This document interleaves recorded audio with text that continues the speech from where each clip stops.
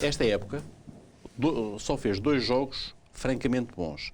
Depois, nos outros jogos, teve algumas fases francamente boas, mas não conseguiu ter o jogo todo com a mesma... É verdade. Capacidade. Já agora, então, eu vou só pegar nesta dica, na bola que o Zé me passa. Parecia o Marchezinho agora a lançar-me ao ataque. E muito bem. Eu vou só dizer agora em relação a isto. Ou Marquezinho? Eu ainda não percebi. Pois, também não. E portanto eu vou pela primeira versão. Independentemente do nome é bom. Eu vou pela primeira versão. Temos que telefonar para a Argentina para perguntar. Não, se for de origem italiana é Marquezinho. Em relação ao Futebol Clube do Porto, o Zé também tocou no ponto. Eu concordo. Porque repara, o Futebol Clube do Porto tem sido uma equipa de momentos. Mas há uma coisa que me parece claríssima. Os melhores momentos do Futebol Clube do Porto foram sempre melhores que os melhores momentos de todos os outros e sobretudo dos melhores momentos do Benfica. Também aos momentos de arbitragem. Não, estou só a referir-me só à questão de jogo propriamente dita. E os piores momentos do Futebol Clube do Porto nunca foram piores do que os piores momentos de todos os outros, sobretudo do Benfica. Onde é que o Futebol Clube do Porto, do meu ponto de vista, tem falhado? O Futebol Clube do Porto tem falhado sobretudo na questão da eficácia. Eu ainda ontem dizia aqui, vou repetir a metáfora, a ideia que muitas vezes os avançados, e não só os avançados, mas também os outros rematadores do Futebol Clube do Porto têm falhado.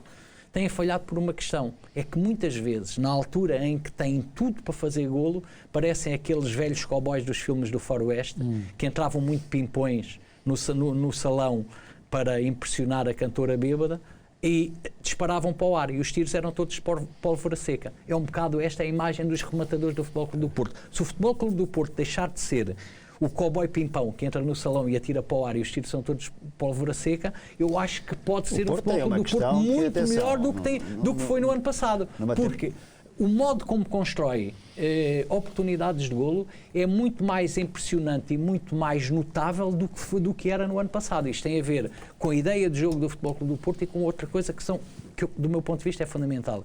Com um meio-campo, que é um meio-campo muito mais acutilante, mesmo não tendo Herrera e mesmo não tendo Brahimi, porque tem um Uribe que faz esquecer o Herrera e tem sobretudo um Luís Dias que faz tudo aquilo que o Brahimi fazia de melhor e não faz nada daquilo que o Brahimi fazia de pior. Faz mais vezes.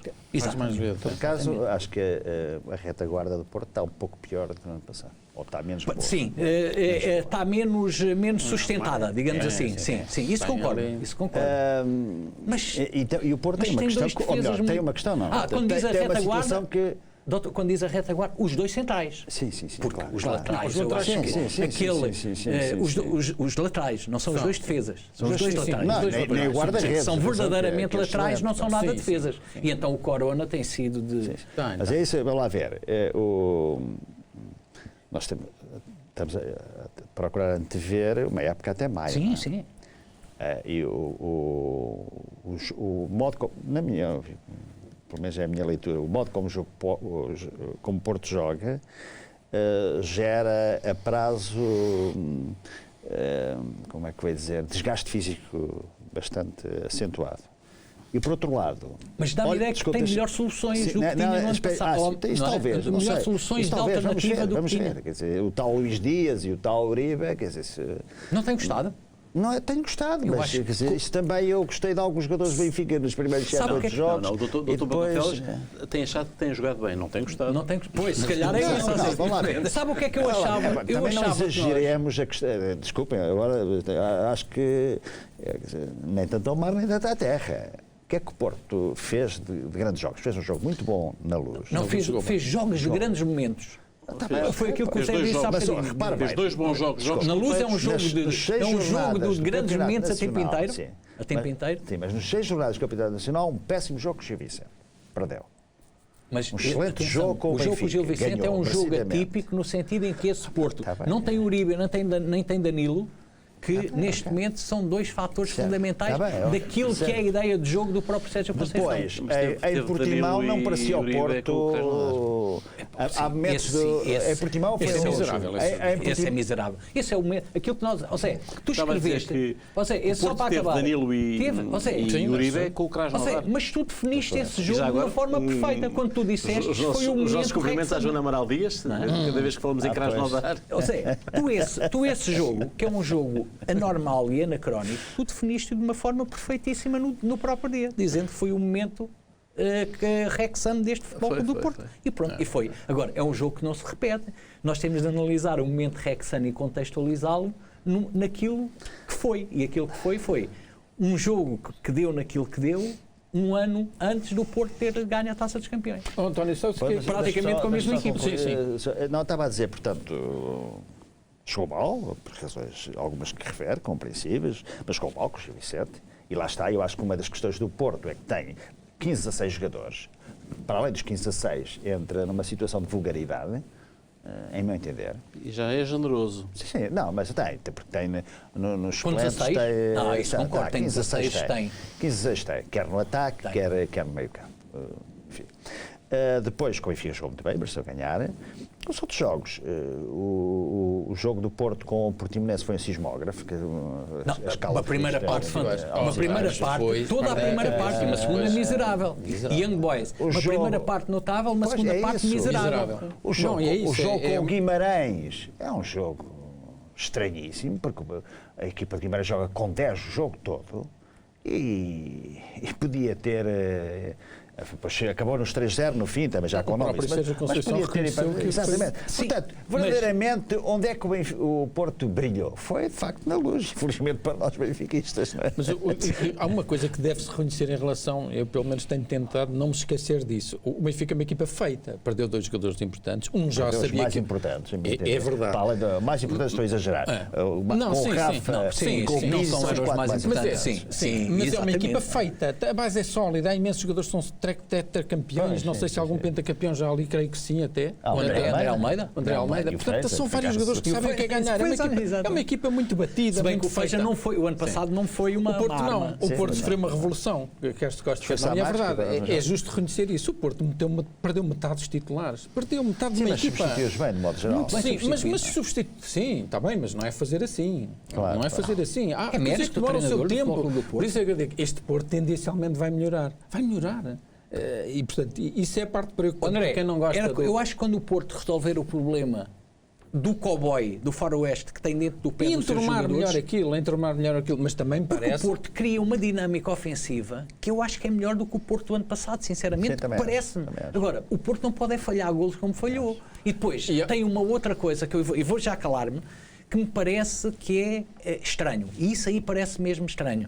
Nós costumamos achar que no futebol uma equipa é sempre o reflexo da alma do seu treinador. E o Porto tem primeiras partes notáveis em que joga como reflexo da alma do seu treinador e, de repente, na segunda parte, a alma do seu treinador desaparece, evapora. E porquê? É esse o grande... Nem eu. E há uma coisa também sobre a profundidade ou não do plantel do Porto. Convém lembrar que o Porto não está nas Champions. E ano passado isso notou-se. O Porto fez uma gestão que lhe foi assassina no jogo com o Benfica. E o Sérgio Conceição foi acusado por muito boa parte do portismo, e se calhar com alguma razão, que ele... Se calhar olhou demais para o jogo a seguir, onde o Porto, aliás, fez uma exibição notável com a Roma, mas, entretanto, perdeu o jogo e perdeu, mal sabia ele, e perdeu o campeonato nesse jogo. A Liga Europa não tem nada a ver com a Liga dos Campeões, em termos de desgaste. Tem mais dois jogos, mas não tem nada a ver. E o Porto vai passear nesta fase de grupos. O Porto se empenhasse, ganhava esta fase de grupos com 6 vitórias em 6 jogos. Não vai acontecer, já se percebe que o Porto também não vai dar tudo.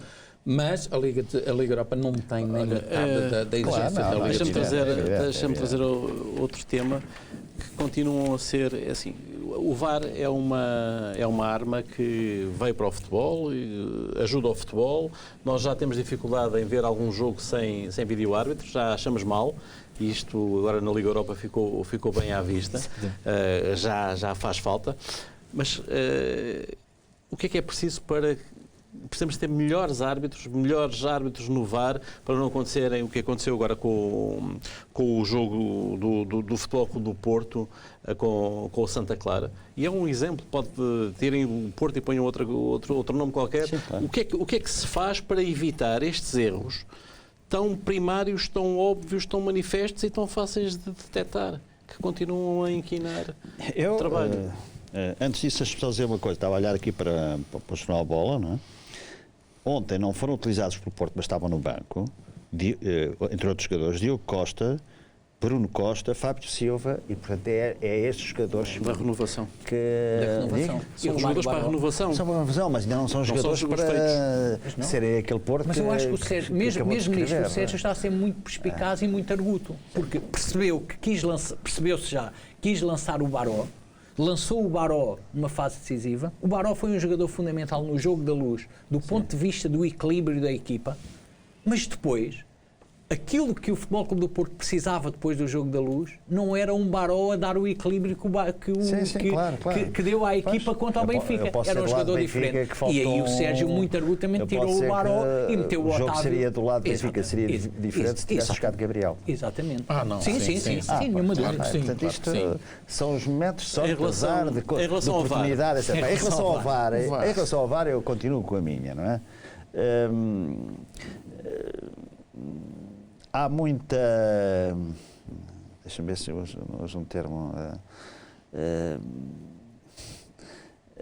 não é fingimento, mas há muita... Faz de conta. Diga? Faz de conta. De algum modo faz de conta na questão do VAR. Porque há vários pontos que eu gostaria que fossem esclarecidos. Agora, independentemente de quem é beneficiado ou prejudicado. Quando os árbitros que estão no campo, no relvado, não querem, razões, sejam elas quais forem, de convicção ou de outra natureza, não querem sujeitar-se a um escrutínio que significa ao menos irem ao monitor umas vezes e não irem noutras, é que esse critério eu ainda não percebi. Porque é que numas vezes vão e noutras não. Quer dizer, se há alguma regra para neste devem ir e naquele não devem ir. Não consigo perceber. E no de ontem deviam ter ido. Exatamente. Então, um tipo que sai de um lance com a cara toda manchada de sangue, quer dizer, nem que seja curiosidade, mas ver como é que este fez isto. Mas quer dizer, em todos os jogos há situações sim ou não. Enfim, há um argumento para não ir, que é não retirar a dinâmica do jogo e a perda de tempo. Por outro lado, é verdade. Por outro lado, pode acontecer outra coisa. Pode o vídeo-árbitro dizer não vale a pena, que eu tenho a certeza. Sim. Em tese pode acontecer. Agora, ontem... Desculpe, quem é que é o decisor? Em última instância, o único decisor é o árbitro. É o árbitro. Mas pode confiar no... Aliás, uma das coisas que, por exemplo, tenho visto, ainda ontem, a propósito deste lance na grande área do Porto, vi, até mesmo, vi e ouvi ontem na televisão, o árbitro não teve culpa, quem teve culpa foi o VAR. Não, quer dizer, o árbitro é o soberano. Ponto final, parágrafo. Tudo o resto são contextos e são add-ons, que são adicionais para uma decisão que é exclusivamente dela. Portanto, esta coisa de dizer que o árbitro não tem culpa é uma maneira, a meu entender, falaciosa e capciosa de gerar determinado tipo de manobras. Já há bocado que eu queria dizer a ideia da manobra. Neste sentido, manobra porque eu umas vezes vou e outra não vou. Depois há outra questão para mim. É que essa não está resolvida, não é? Mas que é haver VARs que têm muito menos qualidade do que aqueles que estão a arbitrar no campo, não é? Ou que estão numa situação, não direi dependência hierárquica, porque não existe, mas dependência do exemplo, da carreira, quer dizer, porque o VAR está numa posição, está no sofá, não é? O VAR está no sofá. E portanto, deveria haver uma carreira para os VAR, entre aspas, e uma classificação para os VAR, na carreira de VAR, nós saibamos qual é. Quer dizer, porque não faz sentido que eu, esta semana, seja árbitro, com o VAR, eu árbitro A com o VAR B, e na semana, 2 semanas depois, sou eu o VAR A do árbitro B. Quer dizer, isto é uma atrapalhada, não é? Mas olha, deixa-me só dizer... Não, é uma atrapalhada. E, de facto, nos jogos do Porto, o VAR é sempre da Associação de Futebol do Porto. Eu não sei, eu não estou a desesperar, mas devia evitar-se isto. Devia evitar-se. Devia evitar-se o senhor Vasco Santos, agora o senhor Rui Oliveira, porque são sempre... Porque eu até posso perceber no árbitro de campo, não é? Por questões geográficas, por questões não sei o quê, e porque são mais expostos, não é? Agora, ninguém sabe quem é o VAR, a não ser uns tipos mais curiosos como nós, ou eu, profissionalmente, eu porque sou curioso, não é? E porque são sempre da Associação, neste caso a Associação Futebol Porto, desculpa eu estar entre os este momento, não quero apenas amassar-vos com isto, mas acho que pelo menos deveria ser evitado. Porque não basta ser, é preciso também parecer. Parecer, pois. Mas deixa-me só dizer-lhe... Na questão do VAR, desculpa lá, porque é a figura que está escondida, está atrás do biombo, não é? Está atrás do biombo. Tudo isso é verdade, mas há uma questão só que eu gostaria de levar e depois vem aqui pedir à desculpas, conversa. vai pedir desculpas. O que é que serviram as desculpas? Deixe-me só... Este também vai pedir desculpas? Não faz sentido. Não sei, mas em relação ao Vasco Santos é assim, deixa-me só dizer, Sim, claro. eu ia falar, há uma ideia... Mas Vasco Santos, acho... apesar de tudo, é mais defensável o pedir desculpas dele, não é? Não, mas eu até acho... Já vi lances muito mais escandalosos do que esse. Era exatamente isso que eu ia dizer. O que não faz sentido, do meu ponto de vista, do meu ponto de vista, o que não faz sentido no Vasco Santos é o pedido de desculpas. Porque há uma coisa que é incontestável. Naquele lance, nós, durante vários minutos, tivemos a certeza absoluta de ser penalti. Porque a imagem que nos deu é penalti. 5 minutos depois... aparece uma imagem a demonstrar que o penalti não é penalti. Depois, é verdade, tem razão. E, portanto, perante este cenário, 5 minutos depois. Mas porquê 5 minutos depois? É exatamente por isso. Porque isso é que eu acho que não está disponível para o VAR ao mesmo tempo é das exatamente isso que eu... Essa é que é a questão. E, portanto, eu aí até acho que o anormal é o pedido de desculpa. A de ontem, há uma questão que é assim... Só não concordo com a questão de que o árbitro é responsável. E o árbitro, do meu ponto de vista, não é responsável. O árbitro é assim, só há um responsável. Sim, não, mas só há uma pessoa que toma decisões. Em relação à Todos carga, os outros são é verdade. Não, eu não disse que o quarto é responsável. Estava a criticar devia o de Vasco ser Guarda o principal ser responsável. Sim, exato. E era aí que eu queria chegar. Mas no fim do dia, só a decisão dele é que conta. É verdade, isso é indiscutível. Ampara-se depois nos assistentes. Claro, é isso. É a questão do bom senso. A questão não é... Sim, a questão... Eu quando agora o ia desculpabilizar com muitas comas na palavra, tem a ver só com uma questão, que é... Aquilo é um lance, obviamente, punível, que deveria ter sido punível por conduta ou comportamento negligente. Sim. Que só se percebe na televisão e, portanto, só se percebe no VAR. Quem se está a ver no campo não percebe a conduta negligente que leva àquilo que devesse ser a marcação do penalti. Indiscutível marcação do penalti. Eu acho que a questão do sangue aqui até pode ser retirada. Não pode ser retirada. Porque tu podes, num lance legal, causar sangue a um jogador. Lembro, por exemplo, o que aconteceu com o Herrera no jogo com o Aves o ano passado. Portanto, eu nem vou por aí. Eu vou é que o VAR é que tem de ver que aquele lance é um lance para penalti. Aquela jogada no meio-campo, o que é que dava? Aquela jogada... Aquela jogada da... Não, doutor, aquela jogada em dava qualquer... livre e dava amarelo pelo menos. Não, e ali devia ter dado penalti. Isso é que eu não consigo perceber. Ser vermelho. Não devia ser. Isso não amarelo. concordo. Porque ali naquele lance não concordo porque é um lance que deriva de comportamento negligente, portanto cartão amarelo. Portanto, que daria ali penalti e cartão amarelo. Mas é assim, mas não é sem estar sem estar a fularizar a questão no Futebol Clube do Porto, apesar dos últimos exemplos terem vindo de jogos que têm sido a maior polémica, têm nascido daí, o que é que falta? Faltam melhores árbitros, como VAR. Se calhar ajustamentos no protocolo e afinações no protocolo de modo a fazer aquilo que sim, exato, é isso. É completamente eu trabalhei muita parte da minha vida na atividade seguradora. E o fundamental para o seguro que nós fazíamos é o resseguro. O VAR é o resseguro da arbitragem. E, portanto, uma boa imagem. No resseguro que é a questão, não estão os principiantes de seguros. Nas grandes companhias de resseguro europeu são os craques da atividade. Aqueles que já têm a experiência toda acumulada.